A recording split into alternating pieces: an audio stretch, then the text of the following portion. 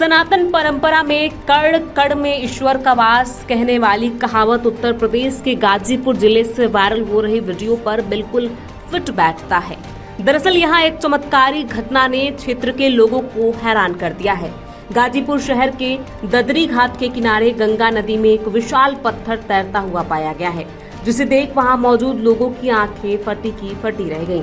अब इस रहस्यमयी पत्थर को देखने के लिए लोगों का तांता लगा हुआ है। भक्त इसे ईश्वरीय चमत्कार मानकर पूजा अर्चना में जुटे हुए हैं। नमस्कार, मैं हूं प्रियांशी और आप देख रहे हैं नवभारत लाइव।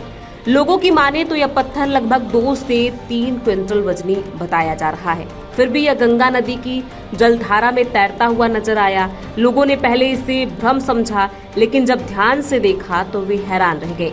देखते ही देखते यह खबर आग की तरह आसपास के गांव में फैल गई और सैकड़ों श्रद्धालु घाट पर पहुंच गए।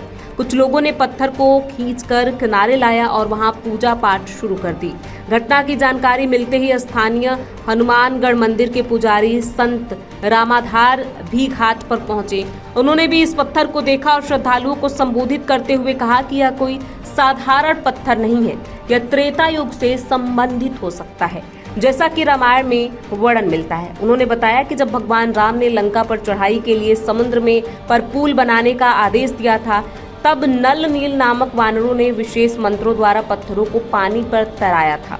यह पत्थर भी वैसा ही प्रतीत होता है। क्या वास्तव में यह चमत्कार है? पत्थर को अब घाट पर लकड़ी के पात्रों पर रखकर पूजा के लिए सजाया गया है और भक्तजन फूल, अगरबत्ती, नारियल चढ़ा रहे हैं। महिलाओं ने सुबह शाम पूजा शुरू कर दी है और कुछ लोगों ने यहाँ भजन कीर्तन भी प्रारंभ कर दिया है। हालांकि यह केवल धार्मिक आस्था का विषय नहीं है, बल्कि वैज्ञानिक नजरिया भी इस पर चर्चा में है।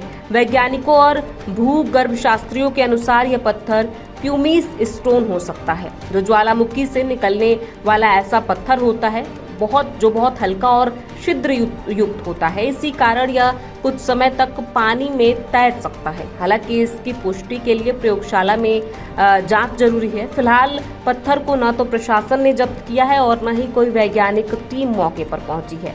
घटना के 24 घंटे बीत जाने के बावजूद स्थानीय प्रशासन की ओर से कोई आधिकारिक बयान नहीं आया है, लेकिन घाट पर लगातार भीड़ बढ़ रही है, जिससे वहां प्रशासनिक अव्यवस्था भी देखने को मिल रही है।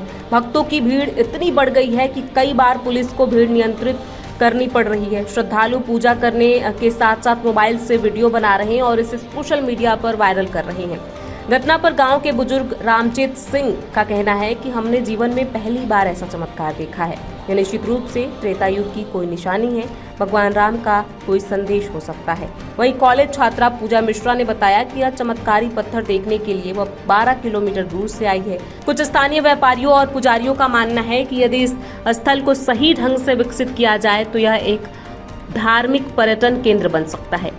कई लोगों ने मांग की है कि सरकार यहां एक अस्थायी संरचना बनवाकर इस पत्थर को एक धार्मिक स्मारक का दर्जा दे। क्या कहता है इतिहास?